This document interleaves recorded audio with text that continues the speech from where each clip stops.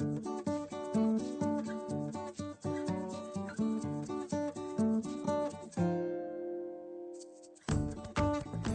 biologists, to this first screencast for our final chapter, Chapter 11, where we're going to kick off with defining human.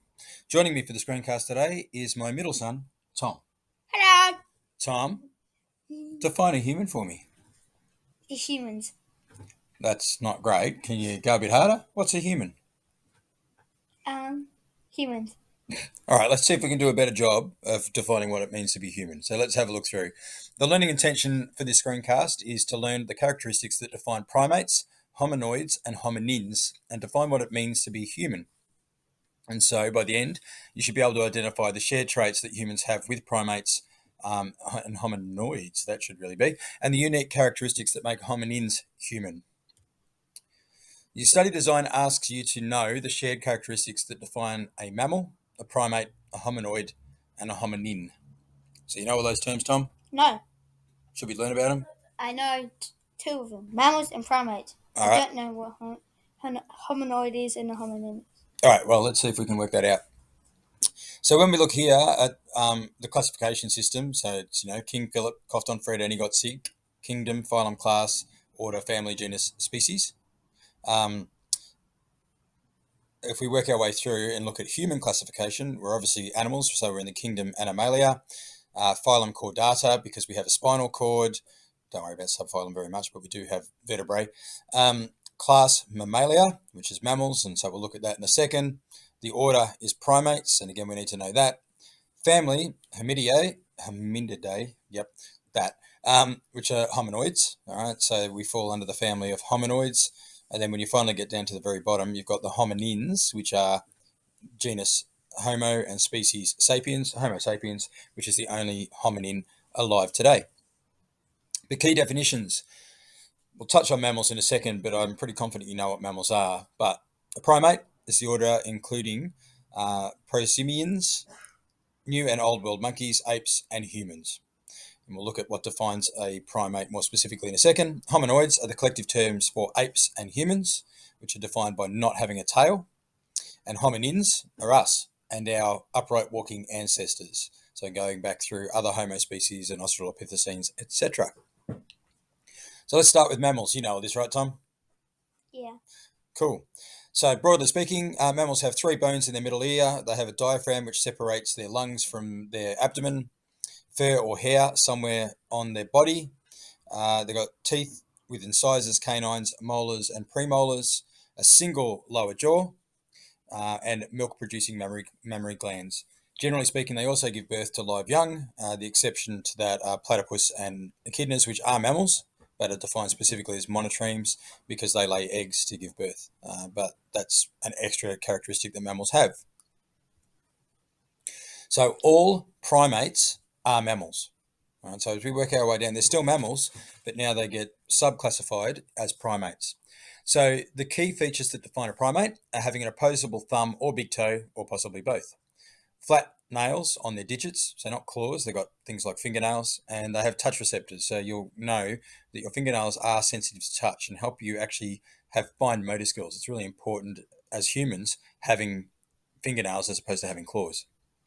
Adapted to life in the trees. Although we don't live in the trees anymore, we have that 360-degree rotation through our shoulder, which is an indicator of being a primate. We have large brains relative to our body size, as do the other primates. Social mammals, so we typically live in groups. And again, remember, we're not just talking about humans here, we're talking about the primates, and have relatively long gestation periods. So opposable thumbs, we're talking about the ability to grasp or to use precision grip to actually use tools, or to bring thumb to forefinger. All right, so that's what an opposable thumb is. So that's a key defining characteristic of a primate. Having large brains, also a key characteristic of being a primate. So we've got these large brains relative to our body size, and obviously the bigger they are, the more neurons they've got. And actually, sorry, let me just refer back to that. You've got a rat or a guinea pig that has pretty small brains. They're not primates. Whereas you get down to your macaw monkey or capuchin monkey, they've got much larger brains relative to their body size. And long gestation. So you've got non-primates. The average mass at birth and average gestation is only 21 days. Obviously, for humans, 265 days or 9 months. So you can see much longer gestation periods than things like mice, cats, or sheep. All right, so that's what defines a primate. So a hominoid, remember, is apes and humans. Now, apes are defined as not having a tail. All right, so if you're thinking about monkeys versus apes, monkeys are primates, but they have tails. They are not hominoids. The only ones that are hominoids are those that don't have tails. So what do we have in common as hominoids? Large, more complex brains than other primates. Relatively broad palates and nasal regions. Molars with 5 bumps in a Y5 pattern, and I'll show you a picture of that in a second. Relatively long upper limbs, so in other words, our arms. We have a rib cage with a wide chest. Axial skeleton, head at the top. Reduced lumbar spine. No tail, I've already talked about that. And shoulders that still allow that full rotation. When we talk about Y5 molars, that's what we're talking about. You've got this Y shape in the middle, and the teeth are divided up into 5 separate regions. So that is unique to hominoids, not to other primates. And then finally, we get to hominins. We are the only one that is currently still around. Okay, so Homo sapiens are hominins, but the term hominin refers to extinct lineages as well. So our ancestors that came before us that were able to walk upright. So they are defined, the key defining characteristic is that bipedalism, in other words, walking on 2 legs. We also do have many ancestral traits that are shared with hominoids and with primates, but it's the bipedalism that defines us as humans. So remember, our success criteria was to work out what defines us as being human. It's that bipedalism that really makes the big difference. So just a reminder of our key definitions. The primate refers to all prosimians, new and old world monkeys. It does include all apes and humans. When you drop down a level to hominoids, it's only the apes and humans that remain. And then when you finally get to that last level, your hominins, it's our humans existing today and upright walking ancestors.